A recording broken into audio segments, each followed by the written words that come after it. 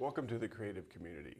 I'm your host, David Starkey, and my guest this time is author Stephanie Barbe Hammer. Stephanie, welcome. Thank you so much for having me, David. It's such a pleasure and honor to be here. Yeah, well, you're a newish member of our community. That's You've been right. about 3 years. That's right. But I see you all the time. I see you reading poetry. I saw you strumming the guitar recently in the Presidio Chapel. Yes, guilty as charged.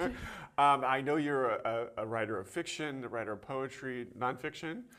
Not so much nonfiction, actually. Okay. It's more fiction and poetry. But we're going to hear about both of those things. But right. You are not originally from Santa Barbara. You're originally from New York. I'm originally from New York City, and actually what I'd love to do is share a little piece from my newest book, The Warbler School Chronicles, which is a collection of linked magical realist fiction stories. Love it. And I'm going to read just a little bit from the beginning of one so you can get a feel of what your life was. Yes, this is magically fiction. Like, yes. This is fiction. However, okay. The school is modeled on a school I really went to, and this is a very strange private girls' school in New York City during the 1960s. Gotcha. And the title is Trolls, and I'm just going to read a little bit of it. Sure. While you are in middle school, toy trolls become exceedingly popular. You have two, a black-haired troll and a green-haired troll. You have special outfits for your trolls, including lederhosen and a bridal gown, and you comb their hair with your own comb. Everyone in your class has at least one troll, and sometimes outfits are traded, and elaborate tales are concocted concerning their acts of heroism and daring. After each final exam that year, a new horror introduced to the 6th grade, you go to the toy store and check your change purse to see if you have enough money for the fairy princess getup or an Uncle Sam suit. Or even, perhaps someday, an additional troll. 3 would be an ideal number. You treasure your trolls because they are everything that Warbler School girls are not supposed to be. They have round little bellies that stick out of their short torsos. Their meaty hands jut out at an awkwardly friendly angle, and their faces are merry and homely and bold, with bright eyes shining on either side of a stubby nose. Their hair is untamable and long. They are joyously ugly, no matter what you dress them in. It is during this time that a new dance teacher comes to Warbler. The head dance teacher had been an Isadora Duncan trained dancer who was tall and rangy and either Russian or Austrian, you're not sure which, and who spoke with a fluty voice about the girls being fairies or elves or sylphs or sprites or little birds or clouds. But she retired to Vienna or upstate New York. Her replacement is Miss Bindi. She is short and stout and has a wild shock of extremely curly reddish-brown hair that stands straight up out of her head. Girls, she tells the class on her first day of teaching, dancing does not have to be beautiful. With that, she climbs up on a chair and signals to the pianist, whom she always brings with her.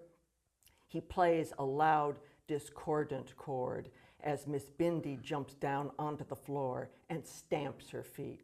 The class laughs. Now, she says, you try stamping your feet. The pianist plays some strong stamping chords. Now, she says, become an elephant. Now, be a buzzing bee. Now be a rainstorm. Now roll like thunder. This is the kind of dancing she teaches. So that's just a little bit, and it goes on from there in a couple of surprising directions. Yeah. Well, so how did you get the idea for the Warbler School Chronicles? Well, I'd been thinking about trying to write about the private school that I went to for all of my time in school. I was there from the age of 7 to 17, so 10 really formative years, and I just never knew how to do it. Right. I thought about writing memoir, and I'm not a memoir girl. Okay. Memoir never felt right to me. And then I got the idea of writing very short snippets that each had a little bit of a magical realist touch to them.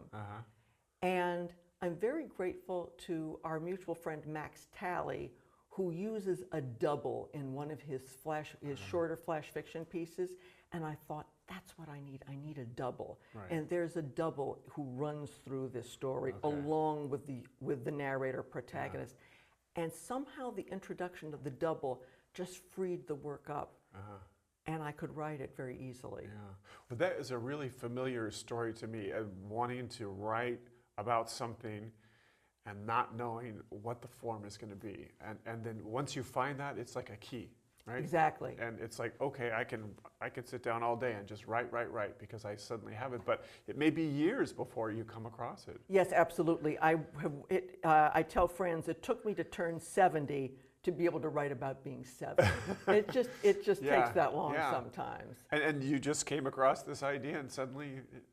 Yes, and I'm a big journaler, right. And I'd been journaling about the school that I went to, and so I was able to then go back and look at those snippets and say, this is terrible, but this is usable. Right. This doesn't work, but this does. Right. And what I just read from is actually semi-autobiographical, because the portrait of the teacher is based on an actual dance teacher that I had, who was wonderful and who was that eccentric. I love that. Well, and I think normally I will ask the guests about their background, and you've got pieces to sort of explain that. So you lived in New York, but you had a West Coast connection, a Washington State connection. So I went to this very straight-laced private girls' school that was part finishing school and then part prep for college, because I was in school during this funny moment where feminism hadn't quite arrived everywhere, but civil rights movement had, and there were these rumblings. So education was beginning to change, but that change came very late to private schools. So again, I was in this funny bubble. But my dad's side of the family all were Washington State Seattleites, Norwegian Americans, who were pretty outdoorsy.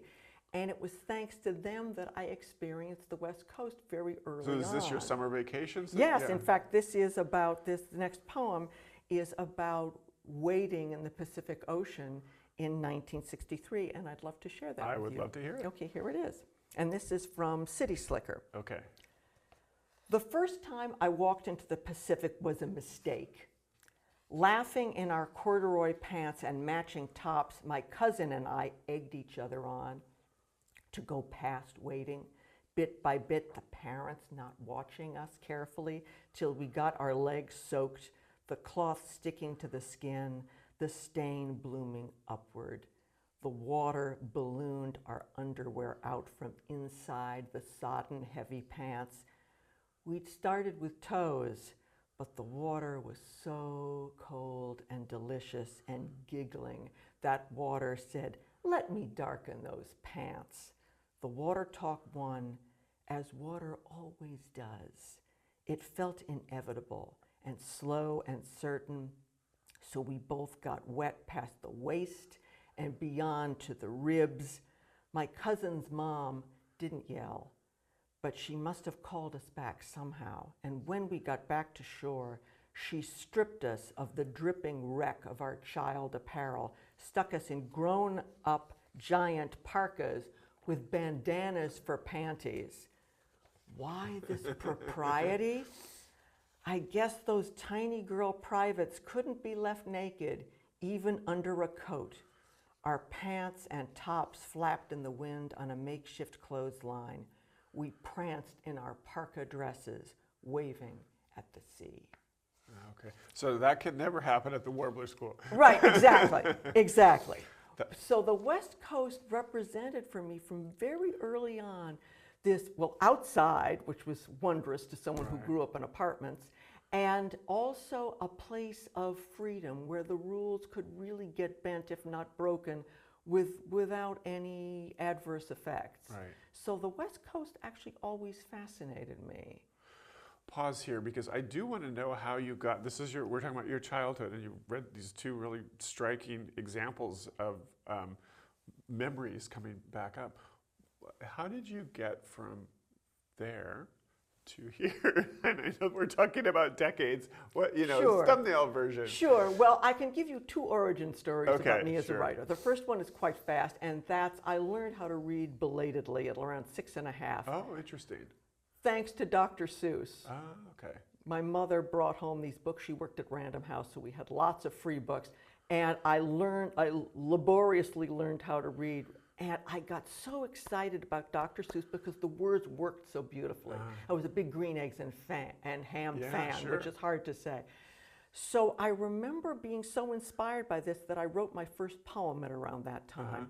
And I remember that it had sunshine and feeling fine in it. And I was so excited about this. And I showed it to my babysitter, and she said it was brilliant because she was a kind babysitter. So that's kind of how I got excited about poetry. Words working in kind of a comical way sometimes. The other origin story is that from a very early age, I loved editing and changing stories that I encountered. And the big story that I really was determined to change was Romeo and Juliet, Don't like the ending. I experienced as a cartoon somehow. Right. And all I really knew about it was the balcony. Right. And there was Romeo down there, and there's Juliet up there, and I was very unhappy with this situation because they needed to run off together and live happily ever after, which of course they don't. But in my version, they are. And so I thought, okay, and I was playing with my dolls as I did this rewrite. I thought, okay, Juliet needs to jump out of the balcony, and Romeo's young and agile, to quote my mother. He can catch her, and off they'll go. I got so excited about this, as kids do, that I actually threw a quite expensive doll out the window. But it landed on the windowsill 3 stories down of my grandfather's workshop. He was a dress designer, but he sat in his workshop with 3 other women. It fell on the windowsill. My mother discovered it, was furious. So it was kind of a mixture, happy ending with a little terror, but Juliet made it. Yeah. No, those are and was gonna get off that windowsill and find Romeo. But you went on to college. I mean, were you an English major? Of course. Yes, and then you were an academic. That's right.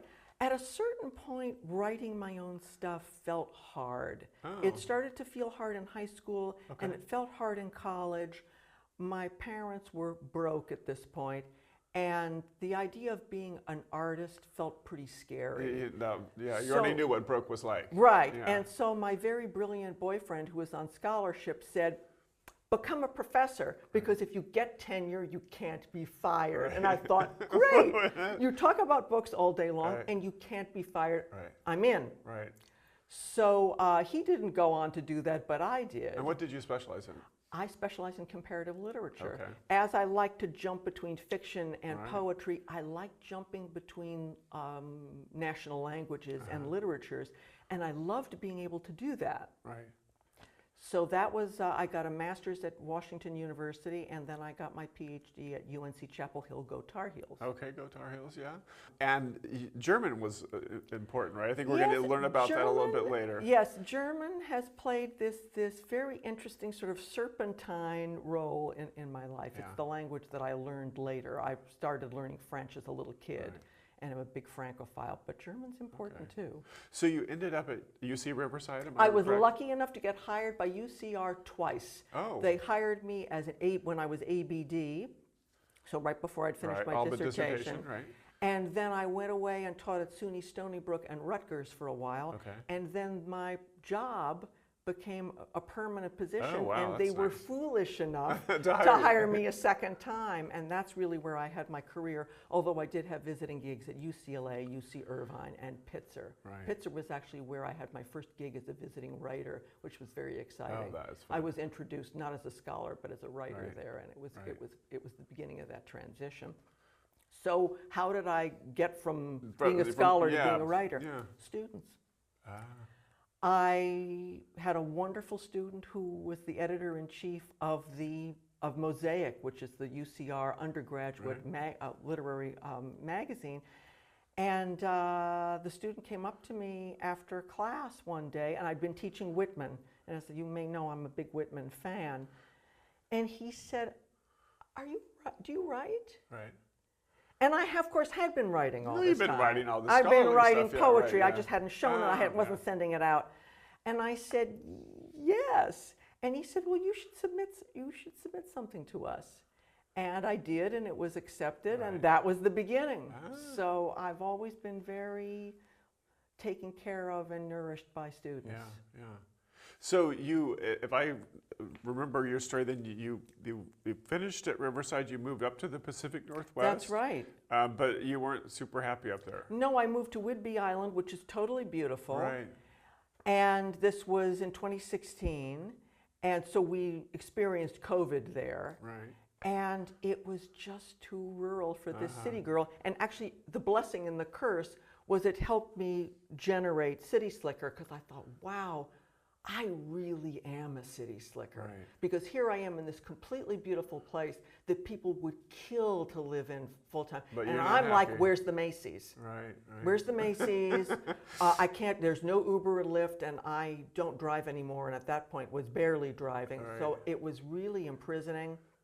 And I realized very belatedly, my husband will smile when I say this, oh yes, I'm an extrovert, aren't I? Right. I actually need more people than this, although I love the people that I know. So you came down, and what made Santa Barbara the perfect A place for friend you? of mine, Vivian Nitre, who actually ran EAP for the entire UC system. So this is the Education Abroad program? Yes, I know she from going said, on, yes. why don't you move to Santa Barbara? Yeah. I'd known her at UCR. She'd been at UC Riverside and then got this big job at UC system-wide. Said, move here. You're near LA, but you're not in LA. It's a very different space. The weather is great. The weather's kind of like the weather up in the Pacific Northwest. You'll love it. Right. And I went on my own and said, this is great. Made my husband come and visit, and he said, it's going to be just like Los Angeles. I said, no, it's not. And he walked around and said, I love it. Let's go. Yeah. So here we are. Let's hear another poem. All right. This is a prose poem, I think, right? This is a prose poem about Los Angeles Okay. and this idea of finding nature in the city, which is really something that I'm good at and like to do. Okay. So this is on Wilshire 2016. So this is right before we left, actually. I want to talk to you about the growl of garbage trucks. Comforting.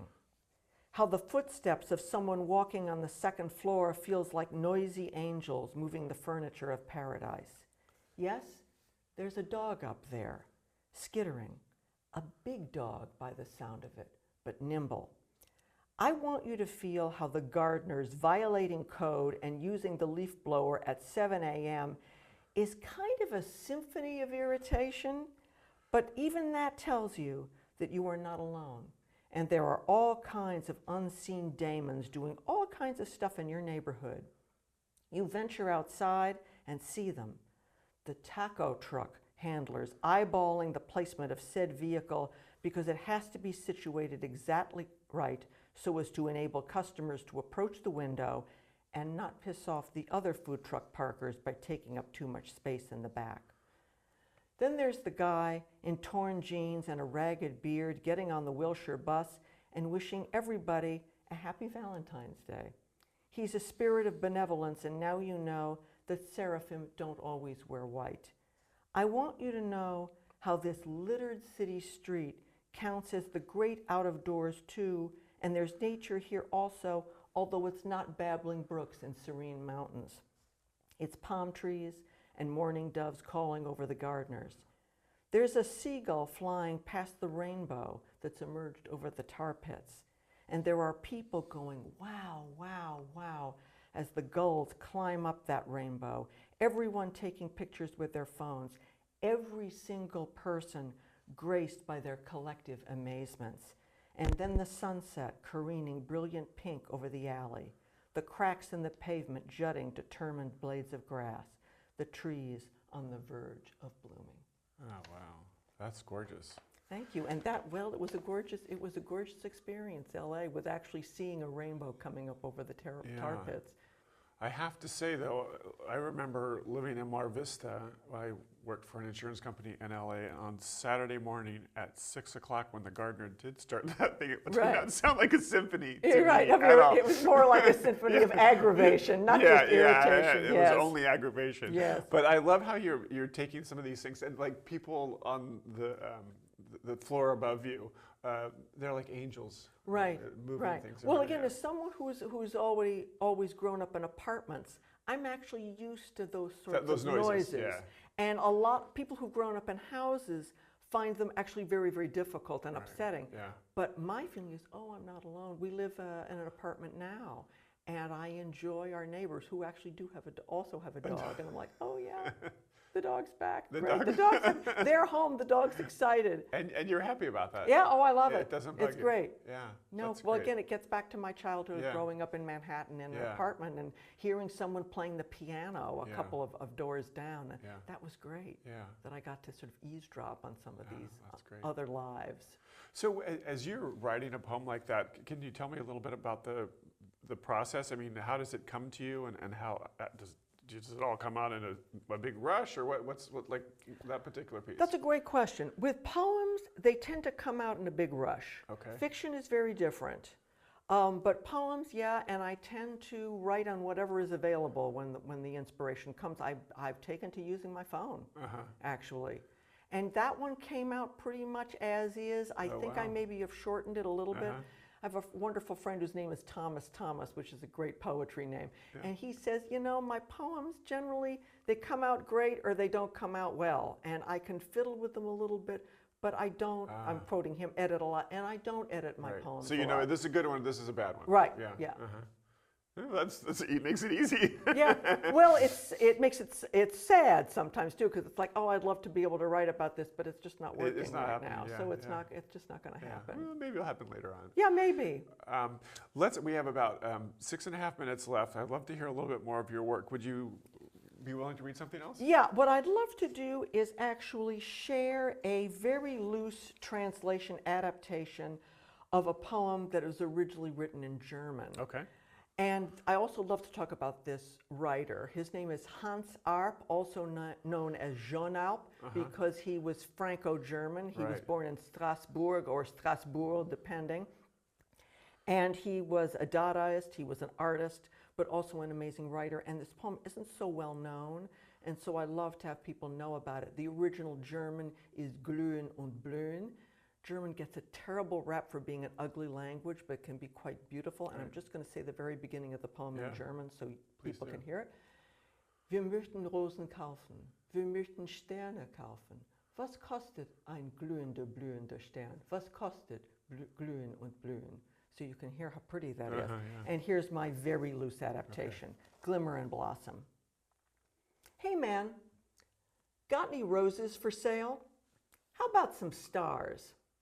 What is a glimmering, blossoming star going for these days?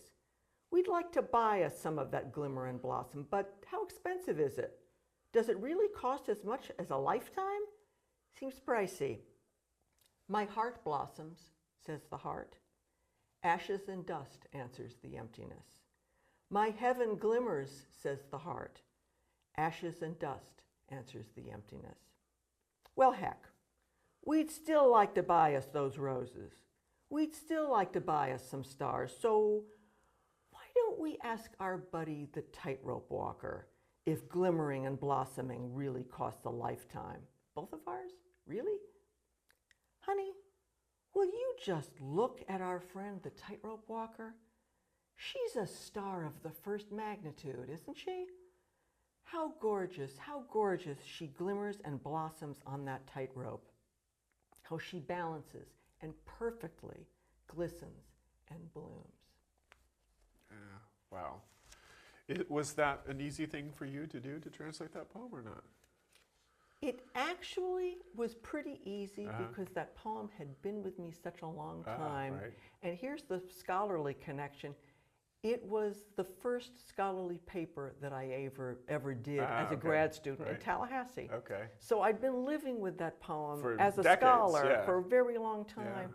And at a certain point when I was writing my first full-length poetry collection, I thought, oh, I'd like to try my hand at adapting it. Yeah.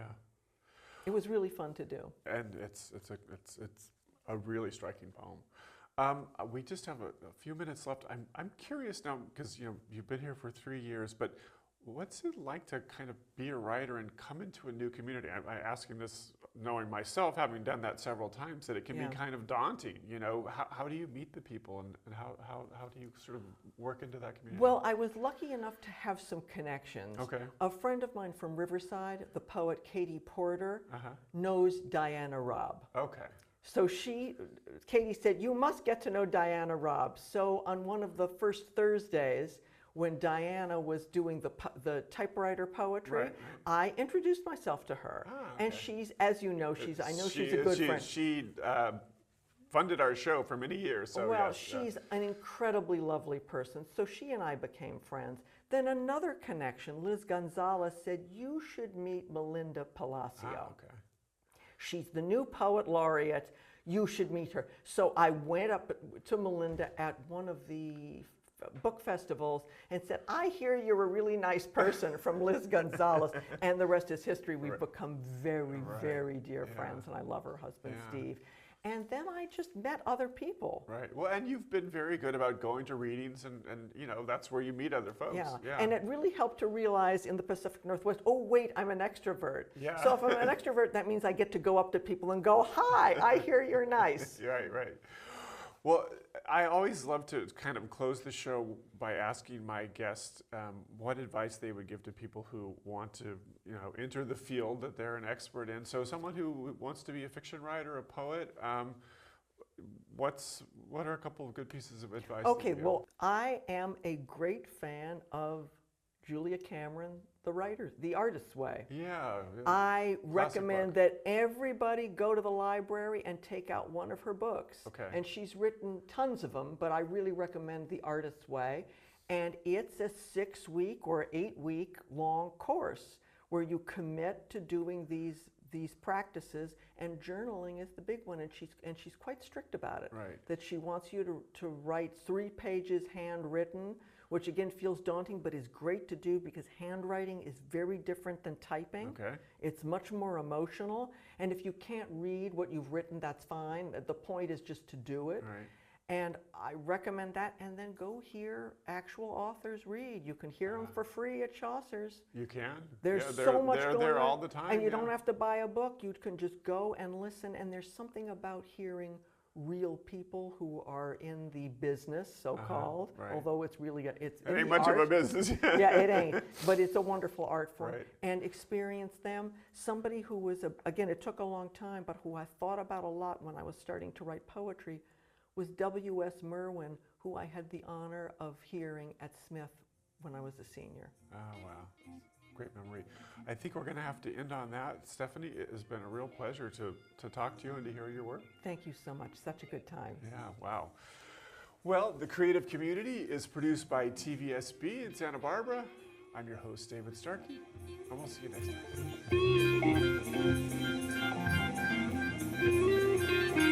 time.